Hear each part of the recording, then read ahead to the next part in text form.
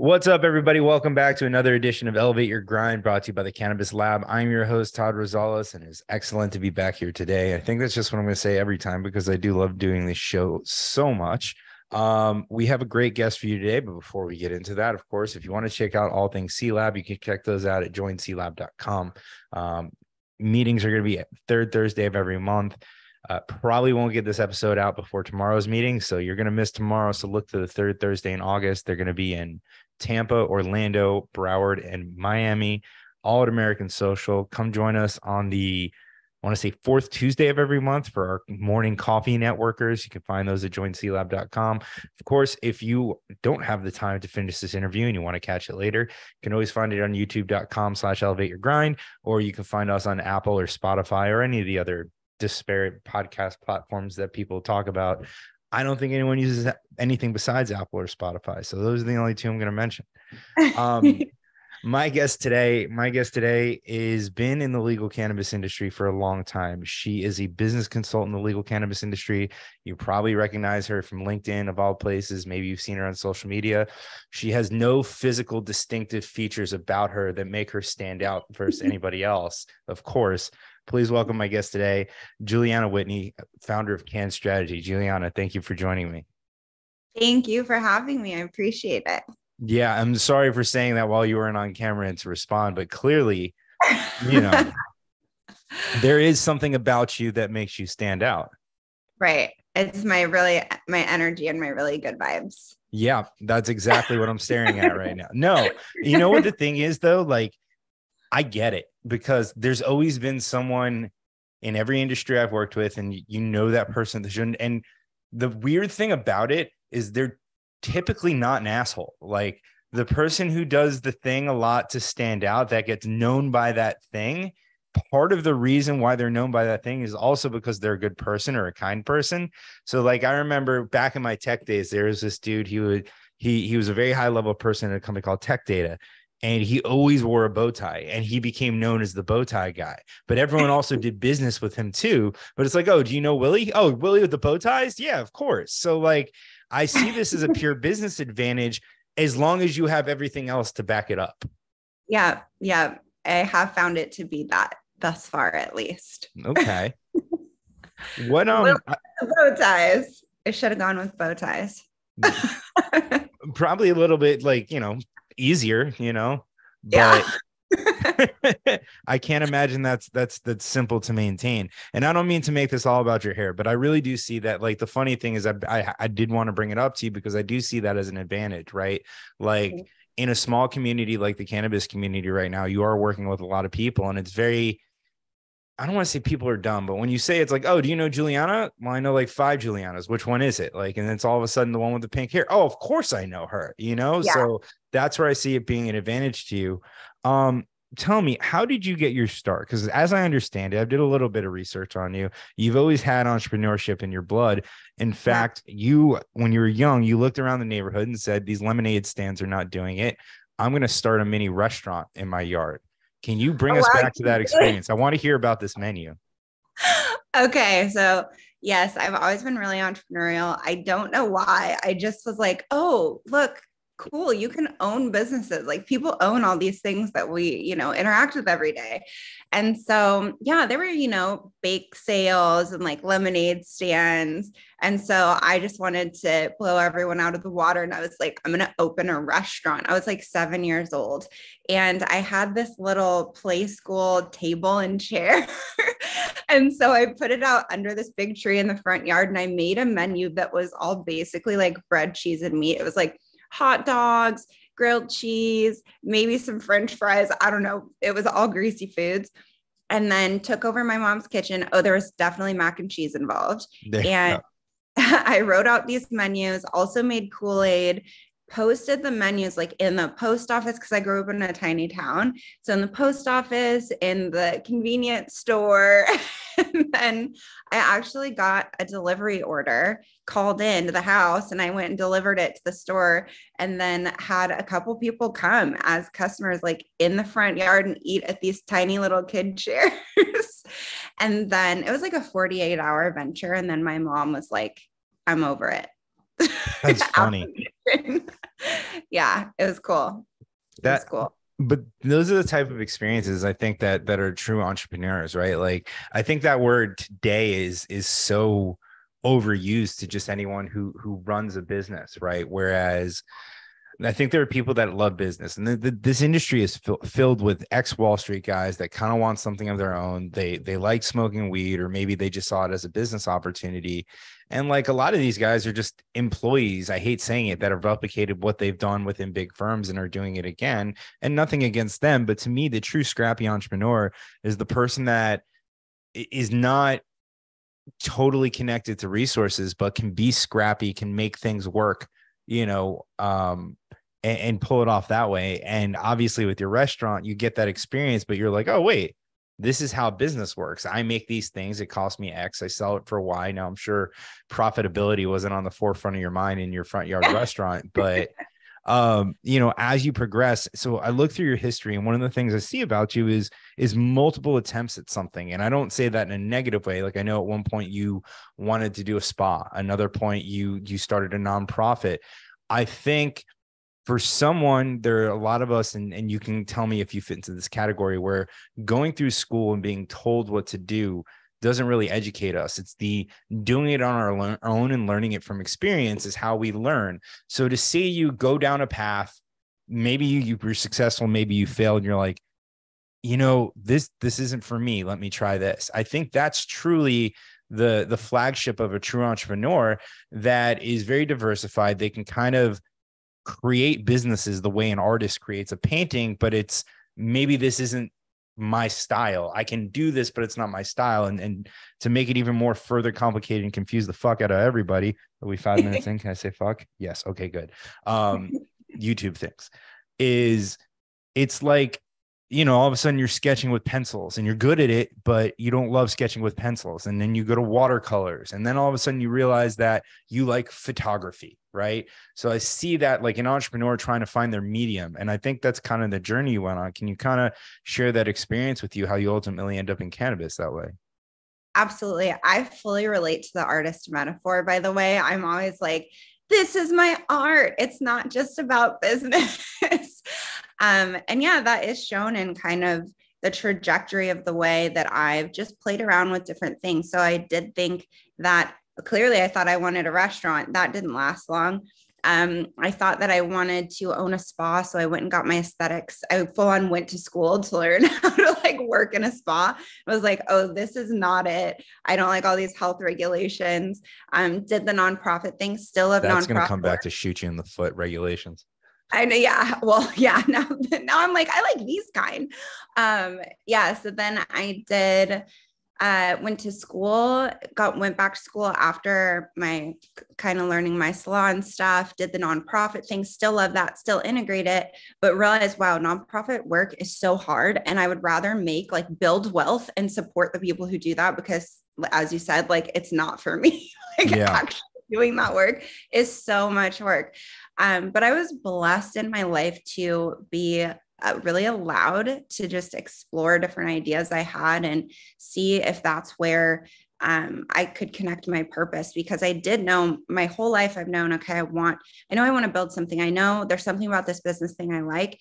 Could not for the life of me though have pinpointed, you know, and they always ask you, what do you want to do? And I'd be like, have a business. Well, what kind? No idea, no clue. So yeah, I really needed that time to figure that out. And then of course, as it happens, like things just kind of connect and coincide. And I was getting my master's in business administration at the time, was doing the nonprofit. My parents said, take a year or two off school. You're distracted building this nonprofit organization.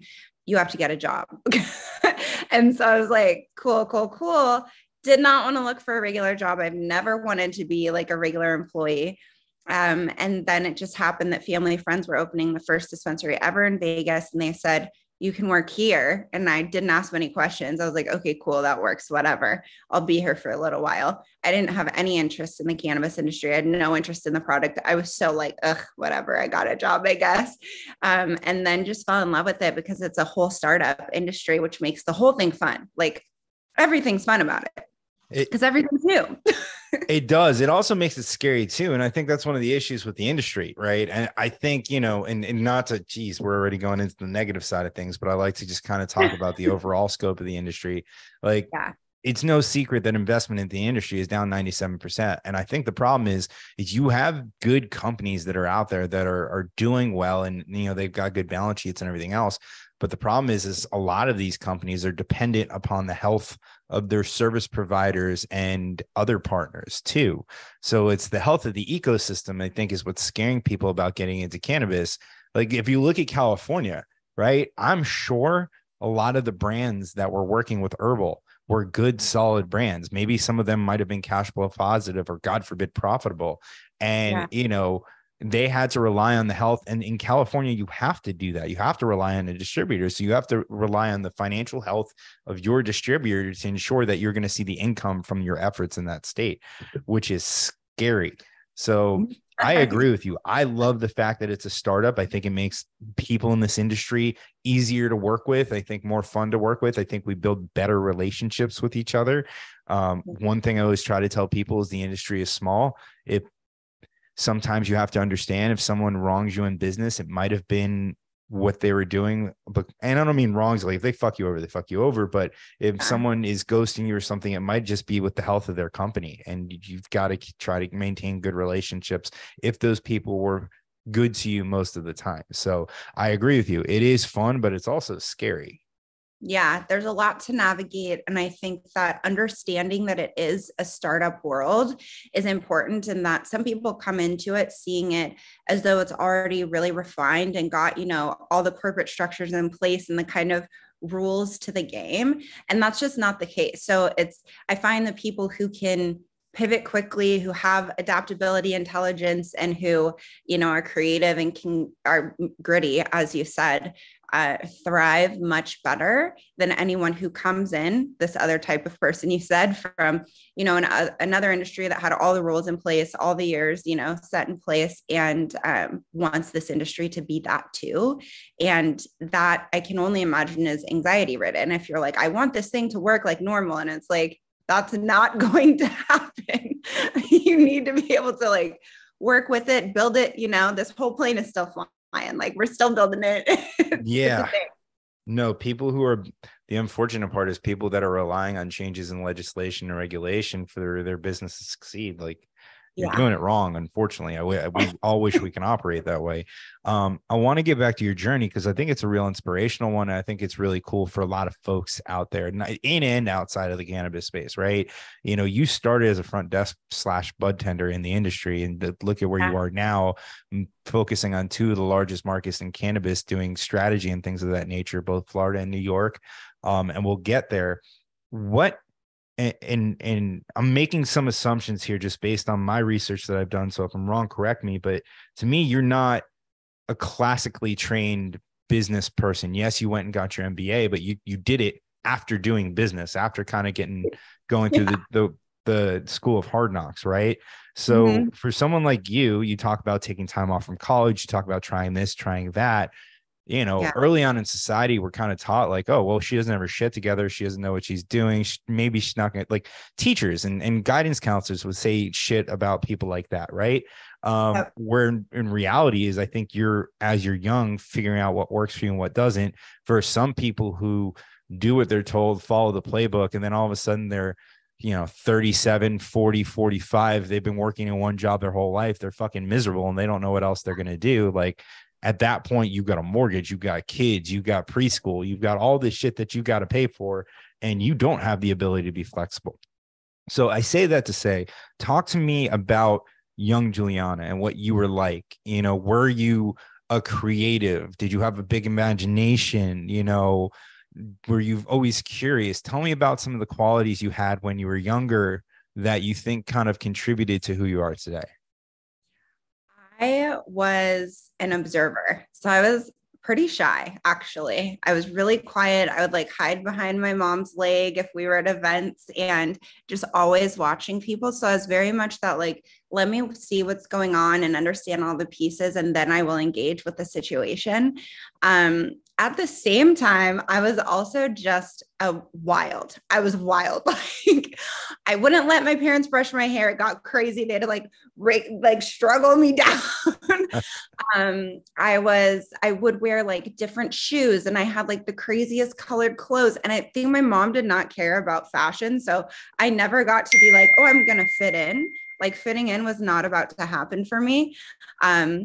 And I was a dancer. So I did ballet, I did jazz, but ultimately I did competitive hip hop dancing by the time I was in high school. I was a theater major in my first high school. So I was always really into performance art more so.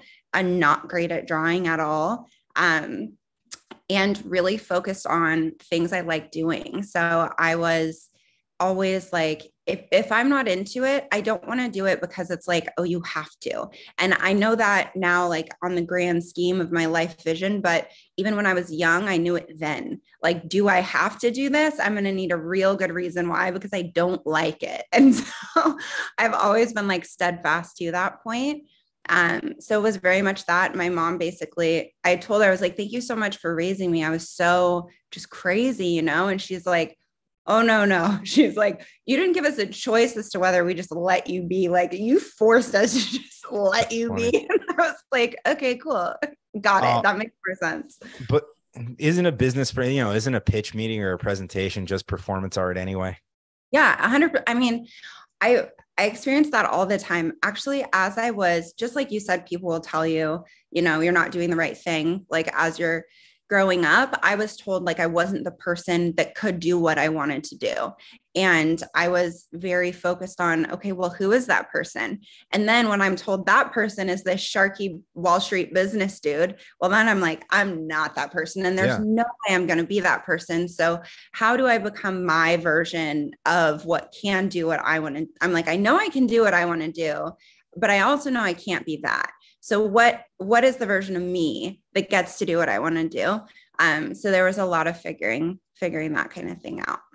That's really cool. But no, I agree. We look at people in business and like, yeah, a pitch meeting to me is performance art. I think the only reason that I'm half good at sales is because I'm a good storyteller, right? And as long as I have good contents to fill that story with a good company, I can tell that story to anyone. So, as you were going through your entrepreneurial journey, right? Because it did start at the front desk being a bud tender for a cannabis company. What was your network like to you? What was your, did you have people who are like, and again, I don't know how old you were at this time, but people that were worried about your career path when you had taken a couple stops elsewhere? Was there negativity around you? Was that hard for you to deal with? Did you have to block it out? Did you have people that are like, you're doing the right thing, you're going to figure it out, this is just, an educational step? I mean, you did go and get your MBA. That is a very impressive, not easy, thing to do. But also you truly started from the entry point into the industry. Yes, I did. If anyone was hard on me about where I was in life, I was hard on me. I was like, why haven't you figured it out? Like, what is going on? Why is this taking so long? And then kind of feeling like, when I would talk to people where, what I was doing, where I was going, it was kind of clear. I was a little like, not totally clear, like what was really going on in my life. But in terms of the cannabis thing, no one was worried about that. My parents, I think, as I told you, they say that I really like forced them to just let me be me. So they may have been deeply concerned that I had randomly started a nonprofit organization and then wanted to go to school and then now was in cannabis. But they tried not to express that too much. And then, I started ground floor and was like, I thought I'd be so much further by now. And not knowing that this was like this seed that was going to grow into where I was going to, was going to be my thing, like the thing I'd been looking for. But to me, it was, what the heck, man? Well, I'm in what industry? What am I even doing? Well, I'm working literal front desk. I mean, I was like, but it was definitely me. I was the hardest on me. No, and that's great to be on the forefront of the industry. You get to see a lot of stuff and experience a lot of stuff that a lot of others didn't, right? Or just that eventually becomes common knowledge. The other thing I read is that you got your first client while you were still in that job from a consulting standpoint. So at what point And again, I say this all out of respect, and we can romanticize this because you are where you are now. But at what Yeah. point does the front desk / bud tender click and say, wait a second, I can do better than this. I can tell other people how to run this place. How do you connect those dots and be able to figure that out? I think it has something to do with what you said, being an observational person. Mm-hmm. So it had to do with me going in there already thinking I can do better than this. Like, I know I can do better than this. I should be owning these places when I'm front desk. I'm like, okay, so I see this gap in like where I am and where I'm trying to be in life. So I'm already operating from that mindset. And then as I'm in this operation, one of the blessings of starting a new market and a new company is that you do everything. So I was working every single position, and really observing, like you said. And I mean, I remember I would like take notes, like, here's how this could be done better. Here's the flaws in this. Here's what, like just really absorbing everything, learning everything. It didn't even click for me totally. I would do pitches to the COO and I'd be like, hey, we can hire better if we use, this kind of process. Can we try it? And he would let me try it. I was just like, cool. Can I try this? And then a friend at the dispensary is like, because I still had it in my head, like I'm meant for something else. I've got to figure that out. And then he said, you can take anything you're good at and that you love and apply it to this industry and make it work. And that's when it clicked. And I looked around. I was like, oh, I love consulting. I'd consulted before. I love startups. I love launching companies. I love strategy, love solving like everything. And this industry, oh my gosh, like he opened my eyes, is literally perfect for all of these things. And I've been put in this privileged position to like learn all of these things at this point in this store, in this market. So that's when it really clicked. And I had a friend at the time who owned the consulting firm that launched the store where I started. And so I was like, I can do that. I can do what he does. And so decided to figure it out, which was a little crazy, honestly, but I didn't know how crazy that was. It might seem crazy at the time, but I'm curious to know, because that attitude can go one of two ways, and it went to the right way for you. And I think if people use it the way that you did, it's great, right? Going in there, knowing that you're meant for better things, or believing that you're meant for better things, or that you're not where you want to be. A lot of people do go in with that attitude, but they take the opposite approach and they kind of act like, I'm too good for the shit you're asking me to do. And they become shitty employees. How do you take that more humbled approach where it's, I'm here, this is what I'm doing now, I know I'm meant for more, but I'm going to figure out how I take where I am now and turn it into more, versus having that, fuck this, I need to figure something else out because this is not it for me? Like, how do you spin that into a positive to propel you? And I think that's something a lot of people are missing. I think that I knew I had to be there, but also my mindset belief is that really any negative thought, even if it's meant to propel you away from something, I think can suck you into the negative more so and like bring you down more. So if I'd been like so Eeyore about it, like, oh, I'm better than this, why am I here? I really also believe in taking responsibility that like, I'm here, it has something to do with me. Like if anyone got me here, it's me. If I'm stuck at this level, that's on me. Like, and if I want to get to where I want to go, that's also on me. And what are my strengths? And my strengths are, I'm really good at learning. I'm really good at observing. I'm really good at synthesizing information, and I'm really good with people.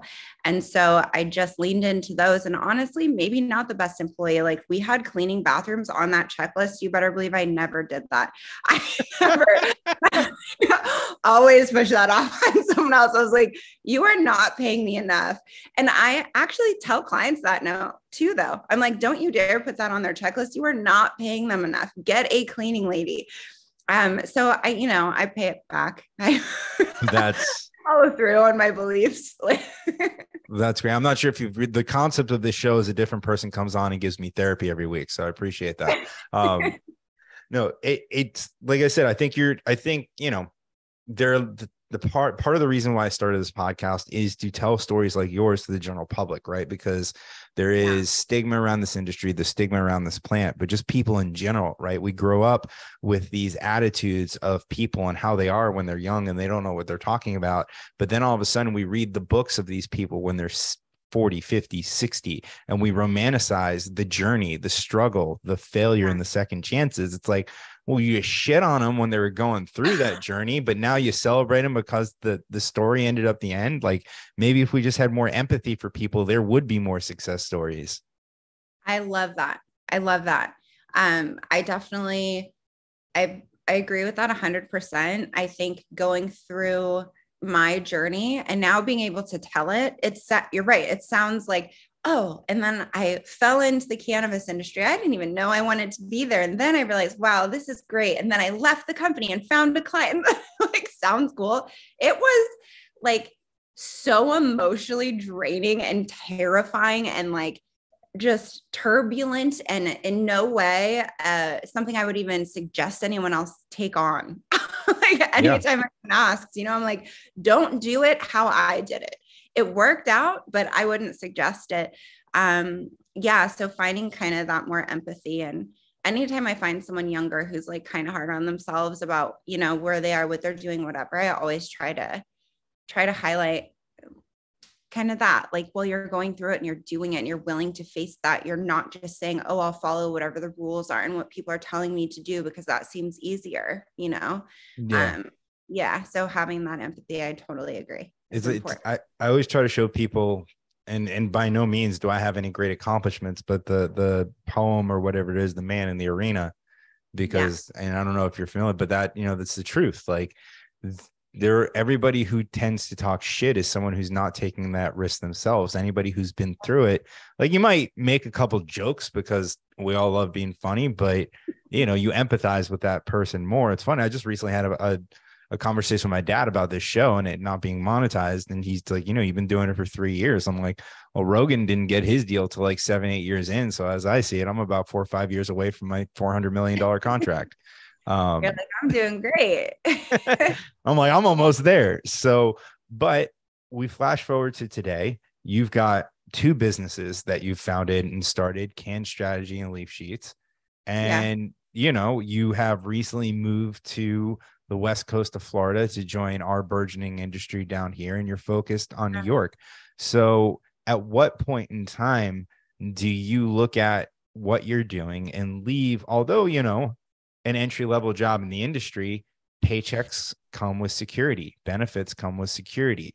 It's there, it shows up at least for the most part in the cannabis industry. There are some questions about that, but the paycheck shows up every other week, right? That the building you have to go to, the tasks that need to be done, and someone's telling you you're doing a good job or not, right? To go to the uncertainty of consulting, especially in a nascent industry where it's how long is my knowledge that I have right now really going to put me in an advantage before it comes commonplace? And how do I stay on the leading edge? What point in time do you make that decision to take that leap of faith where you're like, this is what I'm going to do full time, and this is who I am, and this is my, as you say, masterpiece? My masterpiece. So decision, let's see. I had, I was meeting all of the owners of all the companies in Vegas and was figuring out, okay, I think I can do this whole business thing. I think I can start one of these. I didn't know that I could get them licensed. That wasn't even on my mind. It was really like starting them, fixing the operations, all of those things. I was meeting all the owners, met an owner that had a store that wasn't open, and every time I would see them, it still wasn't open. So I just said, hey, will you let me try to open this? Because I knew I should probably test if I could do what I thought I could do. It turned out I could. It got their store open. They now have 7 locations. I'm very proud of them for that. Helped them open their first one. And then I got offered ownership in cannabismagazine.com. And I also had another potential actually like paying client. And I'm early in business, right? So I don't know, like that check doesn't even exist until it's cashed in your account. Like it's not even real. didn't know that. I'm like, I got a potential paying client, you know? And so I went to the COO because it was always really big to me to be transparent with him about what I was doing. I didn't want it to be, oh, I'm consulting, opening another company and working here and like being secretive. So I went just to tell him, hey, I have ownership in cannabismagazine.com. I have this potential client. He thought I was quitting. I was just being transparent. And he was like, oh, okay, well, will you at least give me 2 more weeks? And all my pride, I just went, yes, yep, of course. Oh my God. So you quit accidentally. I accidentally quit. Yeah. Like, oh, okay. Yeah, for sure. And yeah, I lost my health insurance. I didn't have health insurance again for a year. I didn't have income. Thank goodness. That client did not sign. So thank goodness, like a month later, a client signed. And in the interim, the business partner I had then was really good at saving. So he literally had to float me for a whole month until we signed this client. So I went from making like $12 an hour to 4 to 8 weeks later, signing an $80,000 client. Wow. And I was like, there's just this huge jump, but in the middle was literal, like, am I going to survive? What is going on? I had, a vision in my head, but no like actual deal on the table. So I kind of made the decision, and also the decision kind of just showed up for me. And my pride was, I was not about to be like, oh no, I wasn't quitting because I don't think this is actually going to work. I was like, yeah, you're right. It's going to work. I guess I'm out of here. It's time. That's incredible. You just kind of, that is kind of the definition of everything happens for a reason. You're like, I'm not quitting, but shit, you think I'm quitting. This is awkward. Yep. Sure. I'm quitting. Yeah. And then in terms of choosing consulting, it was the lowest barrier to entry. Honestly, I was like, okay, cool. So leaf sheets, I had that idea then. I had the leaf sheets idea then. It's a lot of tech. It's a lot of time building out. Didn't have the resources for that. My other one was I'd love to own just an awesome chain of dispensaries nationally. Didn't have the resources for that. And then it was consulting. It was, well, I love to launch companies, build strategy, plan businesses. I love scaling strategies. And so, and you don't need any resources to do that other than your brain, really, and then a network. So that I went with that. That's how I chose that. I have a theory that certain people make better consultants than they do employees. And I say that for the fact that when you're a consultant, so how do I say this the right way to explain it? So I've been in many situations where I've interviewed for a company for the leader, to be the leader of the sales organization or the revenue generating organization or that side of it. During the interview process, I pitched them on ideas or my plan of how I would do this to accomplish the goals of what they're looking to do. During the interview process, there's a huge buy-in. They love it. It's the greatest thing in the world. When I transition from interviewee to employee, I get extreme amounts of pushback. And everything that I pitched or everything gets changed to a way where it's completely opposite, to the point where I'm like, wait a second, this isn't what we talked about. This isn't what we discussed. This is not the best way to do it. I told you what I wanted to do. You supported it then. And then it kind of comes the balance between picking your battles of what you need to do to be successful versus politicking to make sure that you have job security and that you're not just going to piss somebody off because it's not their idea. Right. Which sucks. When you're a consultant, they're paying you for your opinion, whether they agree with it or not. I hate to say that, and I don't mean to say it in a crude way, but you're like, this is what I'm recommending, and these are the results. And because you don't work for them, they're kind of like, all right, we're either going to do it or we're not. So you get to you don't have to pick your battles at that point. You're like, this is what you're hiring me to do. We're either going to do this or we're not going to do it. And that's how it's going to go. So do you think that you kind of had that advantage? And because I know that happens with me, right? When I do a consulting agreement, I don't want to say my attitude is different, but it's a lot easier for me to be like, no, this is how we should do it. And this is why we should do it. I'm still going to consider all your options because you have the experience, but in my experience, this is what we should do, versus being an employee where it's like, all right, I guess I'll do it your way. So this way I have to prove you wrong by failing for me to do it my way, or something along those lines. Yes, I do think some people are definitely better. In the consulting role, I'm definitely one of those people, employee level. And what I find with a lot of employees, they don't feel like they're listened to. Leadership doesn't take them seriously, even though I still stand by, like, listen to your bud tenders. Like they know so much more about your company than you realize as an executive. Like these people know like what is going on like, day to day. But if they're not getting listened to, then you're missing out on that insight, you know. And case in point, you know, I was with one company that's paying me like $12 an hour to run around, wants me to clean toilets and do sales. And then a couple months later, someone's paying me to help them open their business. So, yeah. And it's interesting too, because as a consultant, there's just that different dynamic. I almost always see it as like I'm an extension of the executive team and just kind of helping them see a bigger picture or, you know, add to the intelligence that they already have and see things from a different light or in more depth or something. And then as an employee, they don't see that. They see hierarchy and they see, you know, you do what I say and that kind of thing. And man, that's hard. Like, even as I talk about that kind of thing, I feel it in my body, like, oh, like, yeah. I don't think any sense of security is worth that feeling. Like, I don't care if I'm getting a paycheck. If that's how I have to feel, it's not happening. It's not happening. I couldn't agree with you more. It's interesting in that manner. And I've definitely seen it in the past.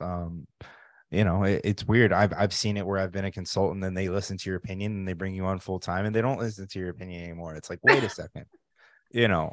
Oh, yeah. All of a sudden you take taxes out of my paycheck and I'm not as smart as I was prior. I mean, maybe so because I can get, you know, I pay less taxes as a 1099, but I understand where you're coming from. You'd view me less. So you transition out of your entry-level role into this consultant role. You start helping open up dispensaries. If I recall correctly, were asked to help write applications for 3 licenses. You went 3 for 3, at least initially. I'm sure you have a different record by now. How do you start looking at the business and getting to a point like, where does the business stop being Juliana and start being Cann Strategy? Because a lot of consultants, in my opinion, or my experience, their business is them, and their biggest struggle. I say this with some entrepreneurs and I get hate for it because one of them happens to be my dad, but some entrepreneurs happen to create really good jobs for themselves, but they're still beholden to that job. And others create companies, and the ones who create companies can take 3 weeks off and not worry if they're coming back to an imploded business. Right. Whereas the ones that create businesses that they have to be there all the time, I'm sorry, you created a job for you. It's a phenomenal job and you don't really have to listen to anybody, but you got to be there all the time because you don't have the structure in place for it to be a company. So I say that to say, at what point do you look at the business and take it beyond just Juliana and make it Cann Strategy, where it's the company, if you removed yourself at some point, could still function without you? Or are you even there yet? I love this point you've made because I definitely in real life had to learn it. My first consulting firm was actually called the J. Whitney Group. And I had a whole crew. I had a co-founder. I had like 5 or 6 employees, then we had the people we contract, and every client wanted to work directly with me because of my name. And I was the one they would get sold on. They were like, oh yeah, we want to work with her, so they didn't want to work with the team, or at least they wanted me part of it all the time. When I left that business, I was like, okay, I want a business that at some point can exist outside of me. It's autonomous. And so that's why I went with Cann Strategy at that point. But then I was rebuilding at that point. So it was a lot of just me. And then I start contracting consultants. And honestly, right now, because it was 2019 when I finally departed from my previous firm, then 2020 hits, right? So I'm like building a new firm, but it's 2020. So there's not much going on. Yeah. And then, so it's really just now I'm like bringing on more team members. I'm a big believer for consulting firms, especially that do like licensing and different projects in different parts of the verticals, that I love to have a set of contractors that I work with who each have a different specialty, because I don't want to hire one person that's like a blanket consultant if they're not super specialized in, a processing facility. That's not as useful to me as knowing, okay, I have these 3 people I work with for this type of business. So I follow that model, and I'm still really building it to be like, people don't need to work directly with me. So I build it in the packages now and explicitly say like, okay, at this tier, you get to work with me. At this tier, you will see me sometimes, like, and you will work with this person. This tier gets you a cardboard cutout of me in your office. Yeah. Exactly. I'll record my voice for you. So I'm still building that. I definitely am. And I agree with you. You can build a job for yourself. And I started to feel that. And then I have to strategize for myself.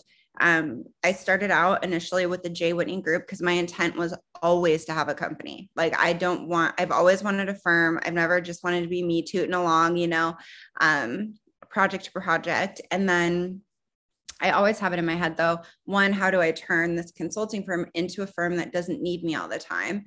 And 2, how do I build my next business in the cannabis industry that is not related to me at all, other than people who know I'm part of it, but if you looked at it, you wouldn't know. And that it's more passive revenue. And that's where we got Leaf Sheets from. And then my next step is, how do I build something outside of this industry? How do I start to diversify the businesses that I have and the revenue streams that I have? And so that's always on my mind too, to genuinely like build wealth and build freedom. I feel, even though I'm still doing much of Cann Strategy, I feel a great sense of freedom because I love what I do. And I find it really fun, and I'm doing what I want to do, but I think there's still more to that. And so that's kind of the trajectory. I'm figuring that out still to an extent. I'm adding on to it to build the next steps of it. It's a process. I would consider yourself a great success at this point, even if you're fully involved in Cann Strategy and doing a lot of the work yourself. If you have the ability to say no to projects, when you have the ability, when someone approaches you with something and it's a considerable amount of money, and you can look at that project and be like, I don't want to do that. I don't feel the need to do that. I don't think I'd be happy doing that. The answer is no. That is a freedom that I think most entrepreneurs never really get to, or never really want to get to. They feel an obligation to the health and the revenue of the business. But part of the reason that you become an entrepreneur, if you become an entrepreneur just to be wildly rich and successful, you're going to have a hard time succeeding, versus being an entrepreneur to just being able to live life on your terms and do what you love. That's when you have success. So I would say, if you're at a point where you can get approached by projects that you're just like, I don't want to do that, and you can say no to it, I would call that a success. Yeah, thanks. That took a while to get to. And even like in your mind, it takes a while to get yourself to be able to do that, to just say, oh no. Or like to, especially with consultants, when you have control over your pricing, to like, if someone can't pay what you want them to pay, to just be like, okay, cool. Then it's a no, Yeah. Even that, just owning that, sticking to it. I'm like, that took a while, but I'm so grateful. And it's funny because the first few people that I was like, I don't think I'm the best fit, but I might have an introduction. So shocked. They were so shocked. They're like, what? It is what it is, I've done that a few times. I've been approached by several people like, hey, can you do this for us? Can you do this for us? And I'll be 100% honest with them. I'll look at them sometimes. I'll be like, listen, I could say yes, and I can make you happy, and it would probably make this conversation a whole lot shorter because there'd be no follow-up questions from you. But I can't actually give you the amount of time that you're looking for me to make any kind of an impact of what you're looking to do. So I'm going to say no. And they're like, but there's no blah, blah. I'm just going to say no. So this way you don't get pissed off when I don't do the thing that you expect me to do. So it's been a journey. Good. It is. Yeah, it's a journey. Tell me more about where the company is. Let's talk about Leaf Sheets real quick too, because this is really cool to me. A lot of people coming into this, and like, no two markets across the country are really alike, but there are a lot of similarities to them. And as I understand it, because I didn't even realize that you were involved in Leaf Sheets, so that was one of your goals. I happened to catch it in one of the because I heard the Leaf Sheets podcast and you were on it. I didn't know that few leaf sheets. And then I read something, oh shit, that's why she was on that.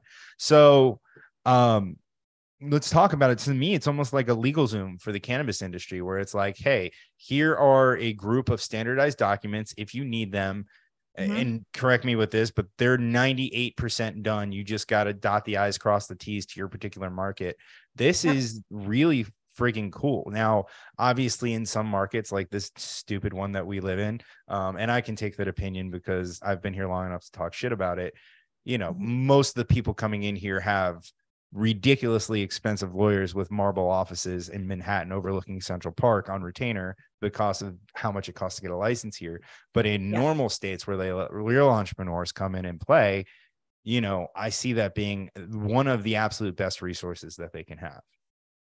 Thank you for saying that. And yes, you described it perfectly. It's standard operating procedures, you know, the plans that every single state asks for on applications. And these plans have won licenses. They've been utilized to win licenses, and they come with do-it-yourself guides so you can cross the T's and dot the I's and customize them for your state. But we're actually, like for New York right now, we're pre-customizing it essentially. So it'll have all the regulations in it for New York. And so then people in New York can just download all the leaf sheets documents for their applications in New York and really just make any edits they want that are custom to their business model. But as far as regulations go, it'll be solid. So that's the direction we're going. But yes, leaf sheets, I think it's really scalable. With what we've planned for additions to it, it has longevity. So that's always important. I think you mentioned earlier, like knowing at what point is this, you have to know when you might be obsolete. Yeah. You know, and for instance, licensing consultants, it works now, it won't work always. And so that's why Cann Strategy focuses a lot on operations, right? I think Cann Strategy at some point will be mainly in operations, a cannabis business operations consulting firm. And then leaf sheets, as far as the kind of the licensing piece, I was like, oh, I wonder if it's the case that licensing consulting isn't going to be so valuable. I wonder if I could make it obsolete. Like, I wonder if I could build the thing that takes it out, you know? And so that was a little my goal with leaf sheets. Like, if this thing can really be simplified, if this part of this is, you know, can be more accessible to the entrepreneurs who would call me when I'm, you know, charging X amount of money, there's no way they can afford to work with me, and definitely not other consultants or law firms. But how do I give them a chance? Because I mean, as we just talked about, my entrepreneurial story is like, I was starting really with nothing. And so how do I help people who are in that boat too, who really have a goal? I'm hoping leaf sheets is that right now. And then it's just going to get cooler. We're doing a capital raise at the moment. Well, planning for it. It's not in process. We're planning for a capital raise. And then we'll move the company forward. But literally that company has just been me and one business partner. And we put everything together. And now it's like, okay, we need more people, or this is really going absolutely nowhere. So that's where we are.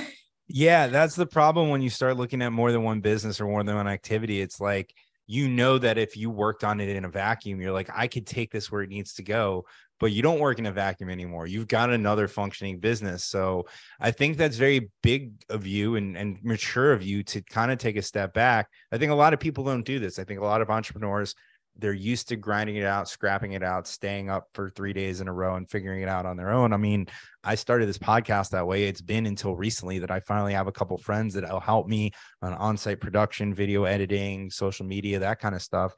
And it's been a world like I can't ever get this to a place where it doesn't need me because I have to be the one on camera until we master deepfake. But until that moment happens, you know, I'll have to be a part of it. I think it's a very mature step in your entrepreneurial process to say, okay, we need to put these resources into this business in order to get to where it needs to be, versus just that dying on the cross of, we can do this on our own. We don't need anybody else. We're going to scratch and claw it, especially for somebody who's scratched and clawed for their first business. Yeah, it's not glamorous. And I think I had to learn that if you care about your company, I always like to see businesses as like living creatures. Mm-hmm. I'm like, this is the thing you're responsible for it growing and it thriving and it becoming better and better. You are only doing a disservice by making it entirely reliant on you, and your limited abilities as one human being. And so figuring out, how do you balance, your financial resources that you have to feed this business with your human resources? How do you make it all work together so that this whole thing turns out the best? And yeah, part of that is saying like, I'm not it. I like, there needs to be other people. I can't tell you, my goal in life is to found and create multiple businesses that no longer need me. And that will be the greatest day of my life. If I can get like 5 or 6, now granted, I would love to be the majority shareholder of all those businesses, but reality, I don't know if that's going to happen. But if I can have like 5 businesses that I had a part in launching, I have a piece of, and they don't need me anymore, and I can take that profit share and go off to an island somewhere, dear diary. And that's my interest. I was a creative growing up. I still am a creative. I found a way in the business world to become a creative. And I think there are a lot of folks like that. I think true startup entrepreneurs are creatives at heart. They're not process driven. They're not well organized. Those people we find on our journey to take all the craziness in our head and put it into a filing cabinet or a cubby system or a document library and help us take crazy and turn it into real. 1,000%. That's my exact experience of life. I totally agree. And I've become a lot better with like making things into processes because I needed to, and like really becoming more structured. But my actual nature way back when I was younger there was no structure to be seen. So we go full circle. The end of your career, you're retiring. Do you start a food truck to go back to your first business? Oh my gosh. Well, now I think I might. That's a great idea. It's actually funny because now that I live in Tampa, I've had all these little like, oh, you know what we could bring here? We could do this ice cream place. Like I have all these restaurant ideas suddenly. It's so funny. Retirement. I don't even totally relate to that concept, but no, I feel like, I'll be, who knows, traveling, doing crazy lady things. I'll have like glitter eyebrows or something. There you go. Well, so I know I kind of kept you a little bit longer than I had promised on keeping you, and you're in beautiful Key Largo right now and got to head to Miami tonight. Tell us about the future of your business. You got a big focus on Florida now. We have 22 new licensees coming in, potentially more after lawsuits, depending. New York is about to blow up too. I think I don't think I know, and anybody can argue with me, top 3 markets 5 years from now, hands down, California, New York, Florida, everyone else, not a chance. And if California doesn't restructure and figure out how to better do their industry, I don't know how big it's going to be because it's all going to fall back into the black market, or who knows what will happen. And that scares the shit out of me. But New York and Florida, I believe, will be up there, especially on 2024 if Florida goes rec. So tell me about the future of Cann Strategy, of Leaf Sheets. What does your future bring? Okay. My immediate future for these companies, Cann Strategy operationally is really focused on Florida and New York at the moment. Florida, especially for these new licensees, to set up the companies, get them launched, scale. I've been stoked on Florida because of the model here that you can have so many stores. I'm like, oh my gosh, you could really build a cool, pretty large footprint in the industry just in this one state. So right now, focusing on Florida for that reason, to ideally help some of these new licensees to just start something incredible in this, what is, I'm learning, gorgeous state.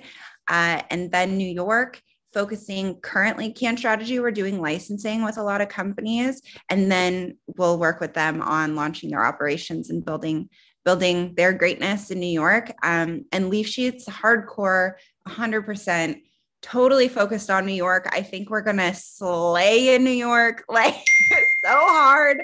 I'm so excited because it's so many people are going to apply, a lot of small business, entrepreneurial people in that state, especially in the city. So we're really targeting New York for that. And then Minnesota will target in 2024. That should be another cool market for leaf sheets, especially. And then, yeah, just modeling Cann Strategy into the most well-known, well-respected operational consulting firm for the cannabis industry, and leaf sheets, just the, coolest business support platform you've ever seen. And that's that. Do you have any desire to try to work with the government to help with regulations in that sense? Not that I even know how the fuck somebody would do that. How that works. Yeah. I would do it. I haven't, it's not something I've sought out necessarily, but it is something that I think I would enjoy advising on from an operational perspective, because a lot of regulations get put in place that just don't make sense in the day-to-day operation of these businesses that they're trying to regulate. So if I could give a perspective, that kind of operational perspective on it, I would love to do that. I think we need it. I think the more people that are actually in the industry and dealing with it and dealing with multiple markets, because my biggest fear is the government doing federal legalization and taking it on themselves to figure out how to do it when nobody else has figured it out yet. So, yeah. Oh yeah. And they have no clue what's going on. They're like, whoa. Yeah, that could be fun too, And then also because of my performing arts love, I've always wanted to be like a motivational speaker and write books and just inspire people, because it's the number one compliment I get my whole life is that, oh, you've inspired me, something like that. And I love that. So also I want to do something with that. Very in cool. the future. So I will work on that stuff. That's awesome. Yeah. I commend you. The only thing I can do is sit here and talk behind a microphone and give my unsolicited opinion. You're than that, so good at it. I try. I do it a lot. 3.5 years. You're researching. I mean, I'm like, where did you find that information? You've done a lot of it's so for someone like you, I gotta be honest, it's easy. You've done a lot of media. So like, what I try to do is I try to take the best of what every other person has taken out of you. I also try to avoid talking about the same things that you've talked about on every other show. So like my strategy is to figure out what your strategy is and then work around that. So like I work very closely with, I work closely with a couple PR firms, and what I've always noticed is they have their talking points, they have what they talk about, they have their go-to story that they'll tell, and then when they do the press roadshow, like every single interview turns out the same. So what I always try to do is I always try to find like a different nugget. I love the childhood stuff. Like, so I know you're new to Florida, so there is this guy. So I did 10, and I'm gonna let you go here in a second, but I did 10 episodes of a podcast for an IT firm as job security, because it was during the pandemic and we weren't selling anything. So I'm like, I could do something so they don't fire me. So I did a podcast, and I had the honor of interviewing a gentleman by the name of Brian Norcross, who, if you don't know who he is, he got famous during Hurricane Andrew. He was the only meteorologist to stay on air throughout the entirety of the hurricane. They built an emergency broadcasting system, and he saved lives. He basically got on the air and said, stay with us. If you go outside the house, if you don't listen to what we're telling you, you are going to die. Like, this is serious. And this was before we had all these, early warning systems and tracking systems and things like that. So very famous for that. What people don't know about Brian, what I was able to discover is one of his first jobs in broadcasting was at this little news station outside in Nashville, Tennessee. And literally the night before he was supposed to start at the news station, there was a blizzard. But because of where he was staying, he was one of the only people able to get to the news station. And he and the broadcaster went on the air and they broadcasted during this blizzard. And he, at the end of that, was like, I haven't got to tell that blizzard story in like 18 years. I'm like, dude, you didn't even start at the news station yet, and you're already saving the day. Like, it's just a foreshadow. Like, if you told me that and then told me the Hurricane Andrew story, I'd be like, no shit, he did that. That's what he does. Yeah, so, if you were watching a movie, it would be like, yes, that's how that goes. Yes, like this is what Brian does. Brian gets on the air and he makes sure that he gets the information out to the people. So, I like digging for those little nuggets. I think I think consultants sometimes in this industry get a bad rap because people don't know what they've done to get to where they are, because there are a lot of shitty consultants that just came out of like McKinsey or some of these other companies that think they can apply it to the cannabis industry. But the ones who, this industry is a decade old, if not longer, depending on what part of it you come from. I think the ones who have came up through the ranks deserve their flowers and deserve to be given a platform. And that's where my interest in you came about. Thank you. I really appreciate that. Past me, like accidentally quitting me, would be so stoked to watch this whole thing happen. Well, She'd be like, oh, thank God this works out. At least it looks like it. Oh, I'm glad it worked out for you. And I'm glad that you did this show. I'm glad that you're in Florida. I hope that you join us as a part of C-Lab. And I hope to have you on in the future. I plan on getting over to Tampa in person in the near future. Some people I want to introduce you to. Tampa's got a great cannabis community, and we should do this again. Yes. Thank you so much. I appreciate it. I look forward to meeting you in person. I Absolutely. Love that. Plugs. Give all the plugs before we let you go. All the plugs? Yeah. Plug cannstrategy.com. Just go there, learn all the things, work with us. If you want to open your company, if you want help making your company crush it in the cannabis space, here for that. And then leaf sheets. If you're a startup entrepreneur, you need the documents to get started. You're like, where do I go? Who do I talk to? Who can help me? Oh, they cost way too much. Then leafsheets.com is your jam. Very cool. Well, Juliana, thank you so much for your time, and we'll definitely have you on again. Thank you so much.